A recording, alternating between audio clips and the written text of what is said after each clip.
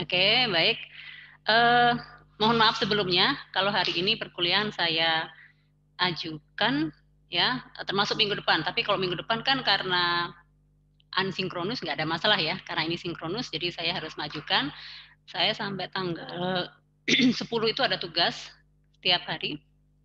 Setiap hari ada tugas, jadi setiap 9 itu kita harus melakukan satu sampai tengah hari. Jadi memang berbenturan untuk semua nggak semua dosen, cuma beberapa yang memang ditugaskan.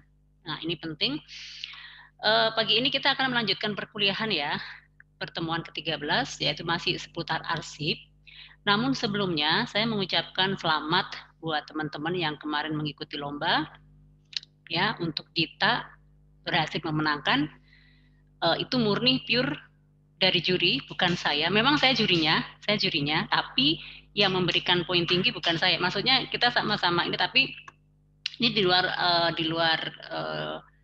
apa namanya saya. Jadi tidak ada subjektif. Ini adalah murni dari juri luar. Saya sebagai juri dalam dari pimpinan Insani tidak artinya tidak melakukan subjektivitas. Jadi ini benar murni dilihat dari usaha dan juga relevansi dari tahapan 1, 2, dan 3. Selamat buat Dita, yang kedua Anissa ya, Anissa, dan yang ketiga adalah Rizkia ya. Iya, Rizkia ya. Harapan ya, benar nggak? Iya, Bu.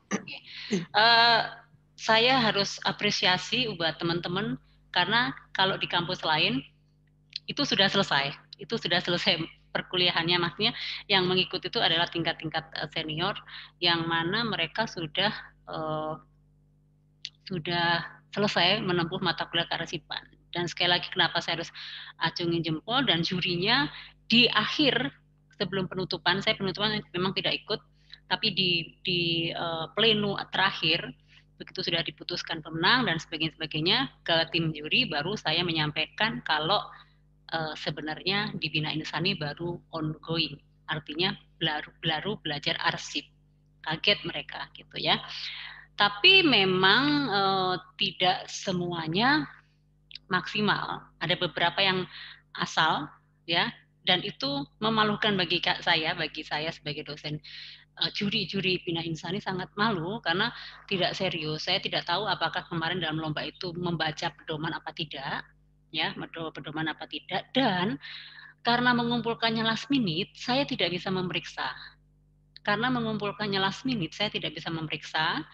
Dalam arti gini, karena kan itu untuk link hasil karya Anda itu kan dicek oleh juri. Jadi kalau misalnya apa namanya, seandainya mengumpulkannya jauh-jauh hari, saya bisa cek, bisa bantu membimbing atau mengkoreksi. Karena itu last minute banget, jadinya gak ada kesempatan buat teman-teman kalau merevisi. Yang jadi panitia siapa saja kemarin? Yang jadi panitia siapa? Saya, Bu. Devi ya? Devi, saya, Tika, Reski, Oke. Diana. Memang untuk panitia tidak usah ikut lomba karena mereka sibuk dengan panitia, tetapi disampaikan ini berdasarkan keputusan dekan dan kajur, Anda tetap diminta untuk membuat praktek kearsipan ya, kearsipan untuk memenuhi untuk mengisi nilai UAS.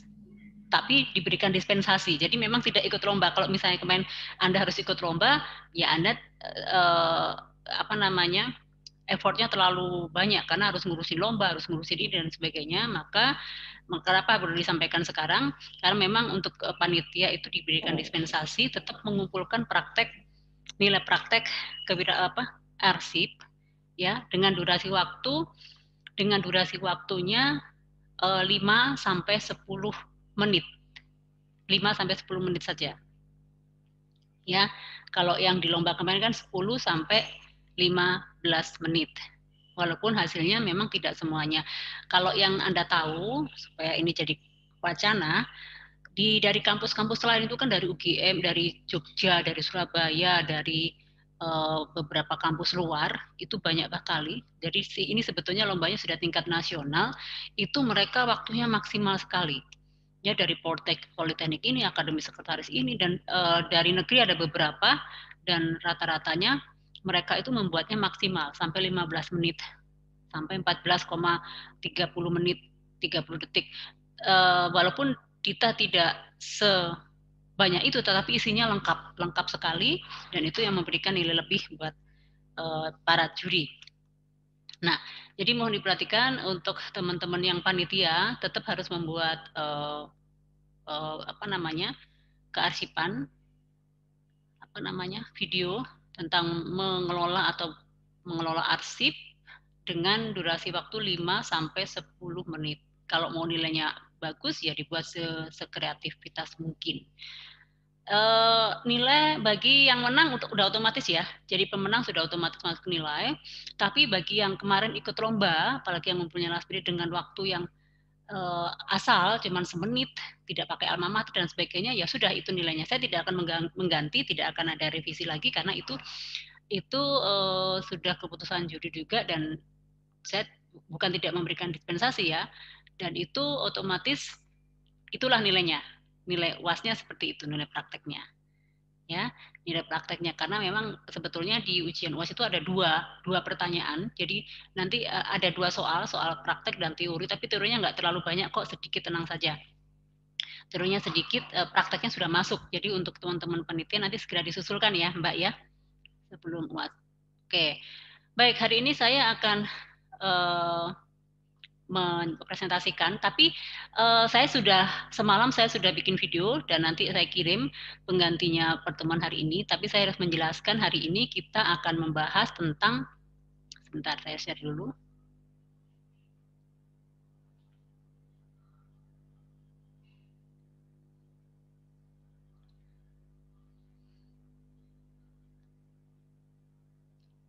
Sudah terlihatkah? Sudah. Hari ini kita akan membahas tentang kalau kemarin kita sudah membahas tentang apa itu arsip, dokumen itu apa, bagaimana penyimpanannya, prosedurnya seperti apa, penyimpanan itu berdasarkan sistem apa, kita kan sudah belajar semua ya. Dan itu bagi teman-teman yang sudah ikut lomba itu sudah dengan upayanya mencari tahu bagaimana menyimpan arsip berdasarkan subjek, itu mereka harus membuat dan sebagainya. Nah, hari ini kita akan mencoba, karena arsip itu adalah satu, ada dokumen, yang kedua ada proses pengarsipan, yang ketiga itu ada proses penemuan. Penemuan itu artinya sama dengan peminjaman, ya, dan terakhir nanti adalah proses penyusutan. Penyusutan itu dalam arti disusutkan atau dipindahkan atau akan dimusnahkan. Nah, karena kalau dibiarkan arsip itu akan menumpuk. Kalau menumpuk itu kan berarti akan memakan ruang, waktu dan sebagainya. Nah, itu yang tahapan dari proses pengarsipan itu seperti itu. Nah, hari ini kita menjelaskan apa belajar ini ya. Silahkan nanti bisa tonton videonya ya. Bisa tonton videonya dan tolong dibaca dengan baik, disimak, karena ini menyangkut nanti pada saat ujian. Dan pentingnya, karena kemarin kalau kita lihat Dita atau Anissa atau Rizky itu sudah berusaha maksimal menggabungkan dari ini dokumen, ini peralatannya. Jadi memang benar, jadi seperti yang telah kita jelaskan di awal, menyimpan arsip itu harus ada dokumen, ya, ada proses indeks, ada proses mengkode, ada proses memilah, ada proses ada peralatan yang disiapkan, ya, itu ada semua tahapannya. Nah, diharapkan memang setelah belajar hari ini Anda akan mengetahui akan bahwa dalam proses penemuan, peminjaman dan penyusupan itu ada beberapa yang harus kita kuasai, yaitu tentang dasar hukumnya, proses dan arti penting arsip itu perlu dicatat. Makanya untuk buku pencatatan dokumen itu ada contohnya, surat keluar dan masuk itu harus dicatat secara detail. Semua dokumen itu harus dicatat karena di situ akan terlihat catatan nama dokumennya, pengkodeannya dan pengindeksan, dan harus disimpan di bagian mana. Nah, ini ada beberapa langkah-langkah juga, ketentuan waktu dan pengembalian. Nah, yang terpenting hari ini Anda sekali lagi silakan lihat video, dan nanti jangan lupa mengerjakan latihan seperti biasa untuk pendalaman, supaya walaupun kita tidak bertatap muka langsung, Anda bisa memahami dengan cara latihan, dan ini akan bisa diimplementasikan. Anda akan terekam semua materi pada pertemuan hari ini atau pertemuan sebelumnya sampai akhir nanti itu melalui video yang dituangkan melalui mengelola kearsipan. Ya, jadi seperti Anissa, seperti Dita, Dita sama Rizkia itu mungkin bisa, walaupun Anda sudah memenangkan itu, tapi mungkin untuk menyempurnakan Anda bisa lihat, Anda bisa mengurutkan kembali. Kenapa Dita menang? Oke, sebelum saya lanjutkan, untuk yang teman-teman yang panitia, mohon untuk tidak mencontek Dita sebagai pemenang ya, karena kita tahu buat sekreativitas mungkin, sebagus mungkin ya. Jadi jangan, Dita yang menang, saya akan lihat videonya Dita, jangan, nggak boleh, karena ketahuan sekali alur-alurnya ya, prosedurnya awal-awalnya seperti apa. Jadi monggo dipersilakan untuk kalian untuk berkreativitas semaksimal mungkin agar mendapatkan nilai yang maksimal. Ini dasar hukum yang Anda perlu ketahui, nanti silakan dibaca, bisa dicari di Mbah Google, di googling tentang arsip. Jadi arsip itu ternyata, supaya paham teman-teman tahu bahwa arsip itu ternyata bukan mata kuliah yang biasa-biasa saja, karena apa? Di sini sudah dipayungi oleh dasar hukumnya oleh undang-undang. Undang-undang ini tentunya diatur oleh suatu badan, oleh pemerintah. Ini undang-undang pengarsipan, artinya yang mengeluarkan oleh negara. Ternyata memang arsip itu benar-benar menjadi hal yang vital untuk pengelolaan dokumen di sebuah instansi, baik itu lembaga pemerintahan atau perusahaan-perusahaan. Ya, jadi paham ya sekarang teman-teman kalau ternyata arsip itu penting, bagian terpenting dalam sebuah kegiatan administrasi atau pekerjaan dimanapun kita berada. Nah, itu diupdate terus. Ini yang terakhir itu peraturan arsip itu diatur di peraturan dari ANRI, Arsip Nasional Republik Indonesia tahun 2015, yaitu yang berhubungan dengan pemusnahan. Di sini ada pengarsipan, ada juga tentang pengusutan. Jadi ada lengkap semuanya. Ini sebetulnya tahun 2000 ini adalah yang diperbarui dulu, tahun-tahun sebelumnya juga sudah ada, tapi mungkin terlalu general, terlalu umum, dan tidak ada kurang detail. Jadi terus diupdate. Itulah payung hukum, dasar hukum kenapa arsip itu menjadi sesuatu yang penting. Dan kalau kita tahu kenapa sering dilombakan ya karena supaya paham bahwa kita itu nanti kalau kerja itu kayak gini, harus menyusun dokumen yang berantakan dengan bermacam-macam dokumen, ada surat, ada undangan, ada makalah, ada laporan, itu bagaimana menyimpannya. Nah, itu kalau teman-teman amati, itu setiap tahun itu di beberapa perguruan tinggi itu sering sekali mengadakan lomba bagaimana mengelola arsip. Jadi tidak sekedar lomba, ternyata memang supaya ditanamkan ya, supaya terpatri, supaya benar-benar kita itu tahu begini ternyata menyusun arsip itu gitu. Ya. Oke, lanjut, ini adalah dasar hukumnya, ini kegiatannya pada prinsipnya, silahkan nanti baca dan lihat di video. Ya, ini adalah pentingnya buku pencatatan. Nah, ini adalah prosedurnya juga. Nah, ini adalah dua aspek yang perlu diperhatikan. Ya, ada aspek dalam peminjaman atau penemuan arsip itu ada dua yang diperhatikan. Arsip itu bisa ditemukan dengan cara manual atau secara digital. Karena memang saat ini kita berada di dua kondisi ini.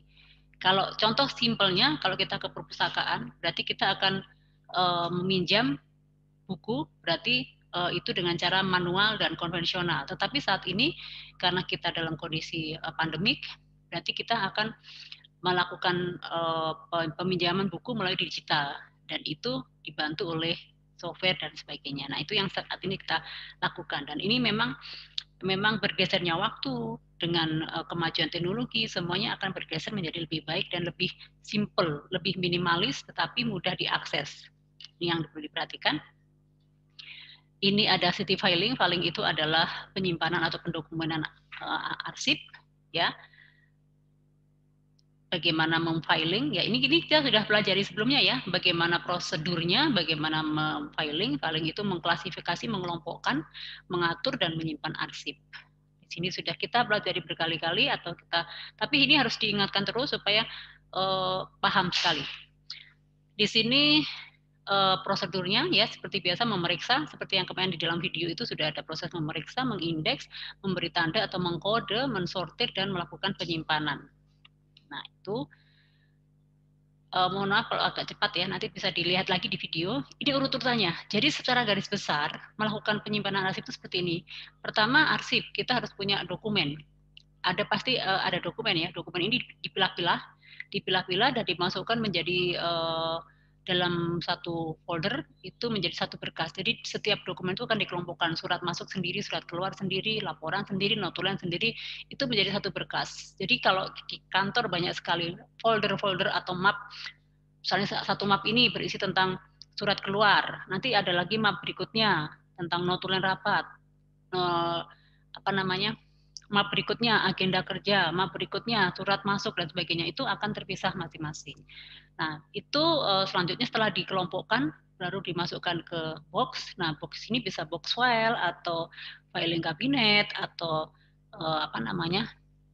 dokumen keeper yang besar itu yang seringkali kita lihat di dalam kantor atau ada di atas meja, ya itu masih sifatnya berarti dokumen itu sifatnya umum, bisa diakses, bisa dilakukan atau boleh dilihat oleh banyak orang.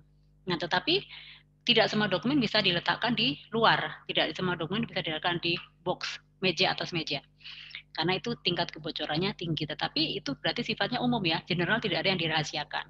Nah, tapi ada juga dokumen yang harus disimpan di laci. Nah, di laci ini artinya ada maksud, dokumen itu tidak bisa bebas diakses oleh orang banyak, dan dokumen itu harus disimpan dan akan dibutuhkan pada saat keperluan urgent atau mendesak. Nah, itu biasanya dokumen-dokumen yang sifatnya agak krusial, agak penting, maka perlu dimasukkan dalam laci, biasanya ada kunci. Nah, ini ada filing kabinet.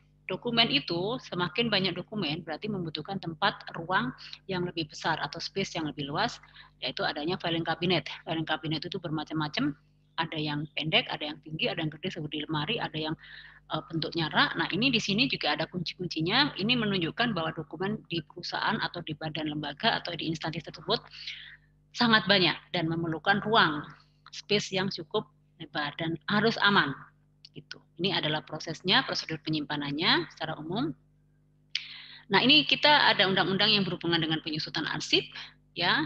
Silakan nanti dilihat apa dalam undang-undang ini. Silakan dicari di Google, ada semuanya lengkap, ya. Kalau karena sifatnya itu undang-undang atau dalam bentuk buku banyak sekali, jadi perlu ditelusuri. Tapi pada intinya pada Undang-Undang Nomor 43 ini itu penyusutan arsip itu ada 3 yang harus diperhatikan.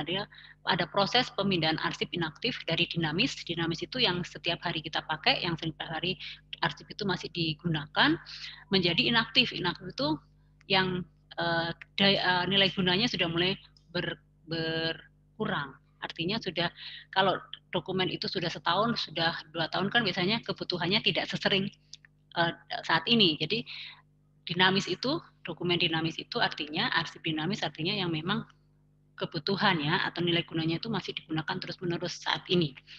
Nah, tahapan berikutnya adalah pemusnahan arsip, karena kalau sudah inaktif dan sudah masanya sudah selesai, itu ada proses pemusnahan. Nah, pemusnahan ini juga ada proses atau legalitas penyerahan arsip statis. Arsip statis itu artinya sudah tidak digunakan, artinya sudah tidak digunakan secara terus-menerus dan itu harus dimusnahkan. Gitu. Nah, siapa yang memusnahkan itu ada yang bertanggung jawab, dan proses pemusnahan itu tidak asal dimusnahkan karena harus dihadiri, harus disaksikan oleh lembaga unit-unit terkait dan juga pimpinan atau pengelola arsip, karena agar tidak terjadi kesalahan atau sesuatu di masa yang akan datang, karena kalau sudah dimusnahkan berarti dokumen itu akan hilang, tidak akan lagi ditemukan. Nah, ini adalah retensi. Retensi adalah penyusutan. Ya, sekali lagi ini sudah saya jelaskan tadi, sudah saya singgung. Jadi kenapa harus dipindahkan? Kenapa harus dimusnahkan? Yang pertama dipindahkan karena kebutuhannya atau keperluan arsip itu sudah tidak banyak lagi, sudah tidak banyak difungsikan. Jadi memang daripada memakan tempat, daripada memenuhi ruangan atau memenuhi tempat-tempat penyimpanan arsip, harus dipindahkan. Kenapa harus dipindahkan? Karena secara berjalan, secara secara real time itu arsip akan bertambah terus. Artinya memindahkan dokumen artinya agar dokumen yang baru bisa ditempatkan di tempat arsip yang saat ini digunakan. Nah, begitupun setelah dipindahkan itu juga tidak tidak selesai sampai di situ, karena seterusnya nanti akan ada proses lagi pemindahan di dokumen-dokumen selanjutnya yang menyebabkan tempat arsip itu akan penuh, tidak muat. Nah, itu ada proses memusnahkan. Nah, memusnahkan tentu saja sudah memenuhi undang-undang, memenuhi kriteria, sudah dengan kesepakatan dan diketahui oleh semua unit kerja dan pengelola arsip. Jadi disahkan. Karena di dalam pemusnahan itu akan ada berita acara. Ya, akan ada berita acara. Jadi benar-benar ditandatangani secara legal. Nah, ini secara skema atau tabel atau data seperti ini, atau secara siklusnya seperti ini. Dari dinamis diubah menjadi inaktif, dirubah menjadi statis, statis baru masuk ke pemusnahan atau arsip yang akan dimusnahkan. Nah, ini urut-urutannya seperti itu. Nah, ini tujuannya ya ini. Tujuannya untuk penyusutan ini adalah menghindari pencampuran. Jadi kalau misalnya kita nggak memindahkan dokumen, artinya akan terjadi campur aduk antara mana dokumen yang baru, dokumen yang sudah agak lama, atau yang memang dokumen sudah tidak dipakai itu akan tercampur. Dan itu menyebabkan proses pencarian, penemuan dokumen yang dibutuhkan akan sulit dan lama. Karena apa?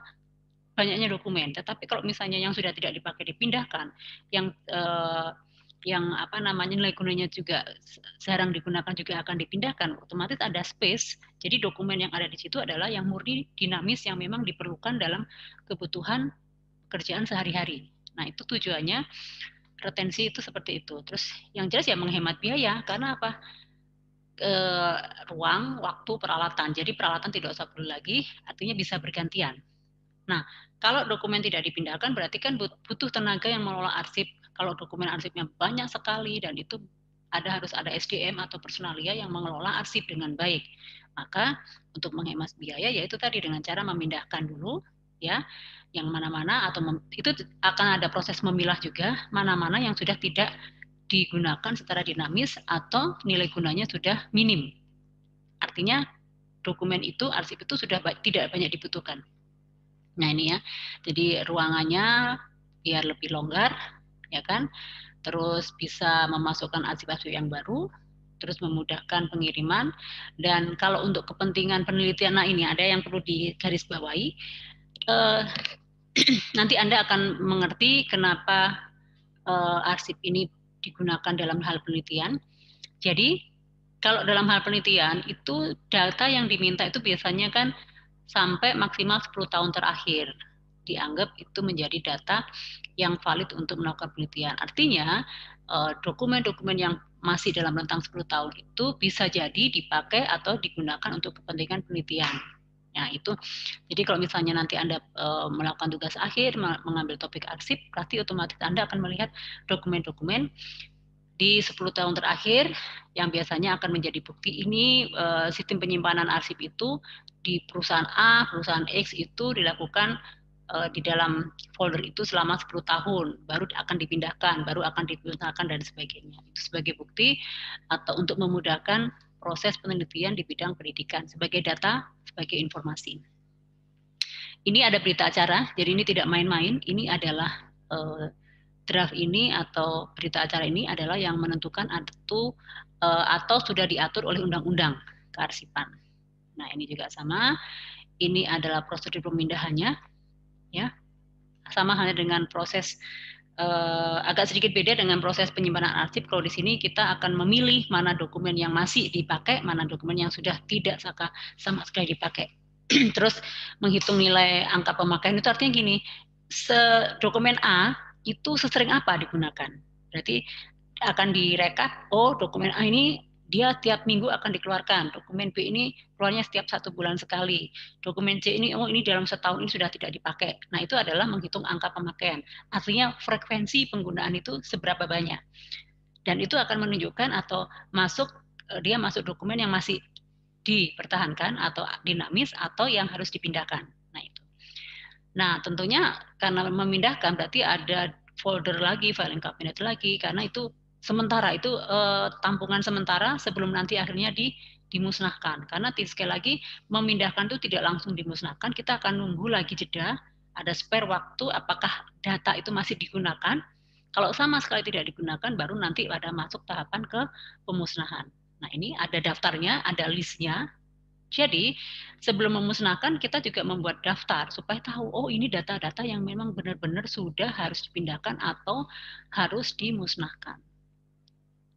Ya, ini pemindahan arsip itu ada rumusnya, dilihat dari kepentingannya atau ini permintaan arsip itu adalah tadi kaitannya dengan menghitung angka penggunaan ya. Jadi seberapa sering dokumen itu digunakan. Nah, gitu. Ini adalah daftar, jadi memang harus terekap detail. Arsip itu semua pencatatannya harus jelas. Jadi terbayang ya teman-teman kemarin yang ikut lomba, oh ternyata tujuannya pencatatan itu seperti ini. Diketahui bahwa pentingnya adalah untuk mengetahui dokumen-dokumen yang ada, dokumen-dokumen yang masih dipakai, dan ini menjadi data yang akan diserahkan kepada pengelola jurnal. Nah, ini yang terakhir adalah memusnahkan arsip. Ya, kalau memusnahkan berarti kan dilenyapkan, dihilangkan. Nah, dalam proses pemusnahan ini ada macam-macam ya. Ada dengan cara apa? Ini dicacah atau dirajang, ada dibakar, ada yang dibubur. Tetapi kita ambil amannya tergantung dari perusahaan ya. Kalau dirajang atau dicacah itu berarti harus ada mesin. Mungkin ini banyak kalau di perusahaan-perusahaan itu banyak mesin penghancur kertas. Nah itu kalau perusahaannya besar berarti butuh alat yang agak banyak atau yang besar karena memang dokumennya banyak. Dibakar bagaimana? Boleh, silahkan. Tapi efek negatifnya dibakar itu biasanya kan ada asap, ya kan, menimbulkan polusi dan sebagainya, harus ada ruang khusus. Begitupun dengan zat kimia, karena zat kimia itu dibubur, dilebur kayak dimasak gitu. Tujuannya apa sih dilenyapkan supaya dokumen itu benar-benar hilang, tidak akan digunakan oleh pihak-pihak yang tidak berkepentingan, dan tidak ada dokumen yang bocor ke pihak-pihak yang tidak berkepentingan. Karena walaupun tidak digunakan, bisa jadi kalau digunakan oleh pihak-pihak yang berkepentingan akan jadi masalah di kemudian hari. Ya, misalnya masalah pemerintahan, masalah itu nanti dijadikan digodok, digoreng jadi sesuatu masalah yang merugikan banyak pihak.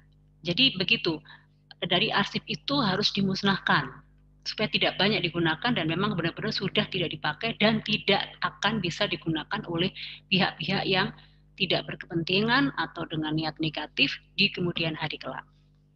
Ya, dokumen akan dimusnahkan setelah masa 10, 15 atau 20 tahun. Nah, ini adalah tahapannya. Jadi memang ada tahapan-tahapannya ya, dalam arsip itu ternyata banyak prosedur yang harus kita ikuti karena ya itu tadi, karena sudah diatur oleh undang-undang. Ini ada berita acaranya, untuk memusnahkan saja ada berita acaranya. Jadi benar-benar sah, oke, kita ikhlas, kita rela bahwa dokumen ini sudah harus dilenyapkan, seperti itu. Oke, demikianlah pertemuan kita hari ini. Ya, tapi selanjutnya ini saya ada tugas. Silahkan nanti ke e-kampus seperti biasa. Silakan untuk mengerjakan sesuai dengan due yang sudah disiapkan. Bila ada pertanyaan, silakan. Terima kasih juga atas perhatiannya. Tapi bila ada pertanyaan, saya buka sebelum saya akhiri. Oke. Ibu, saya mau nanya. Ya. Yang UAS panitia itu. Dari sekarang udah boleh dicicil videonya? Boleh, silakan dicicil. Nanti ada instruksinya? Silakan dicicil aja kalau mau cepet, mau nanti soalnya pas UAS lainnya takutnya kan memang namanya UAS itu walaupun kita online itu kan akan banyak praktek ya di beberapa mata kuliah, jadi takut kalian kalau misalnya kalian benar-benar ingin memanage waktunya biar bagus, biar tidak benturan, biar tidak terlalu banyak, boleh dicicil dari sekarang. Oke, baik Bu, terima kasih. Oke, ada lagi yang mau ditanyakan? Ini yang datang berapa ini? Yang datang berapa orang ya? 11 ya? Ada yang nggak datang ya? 8, Bu. 8.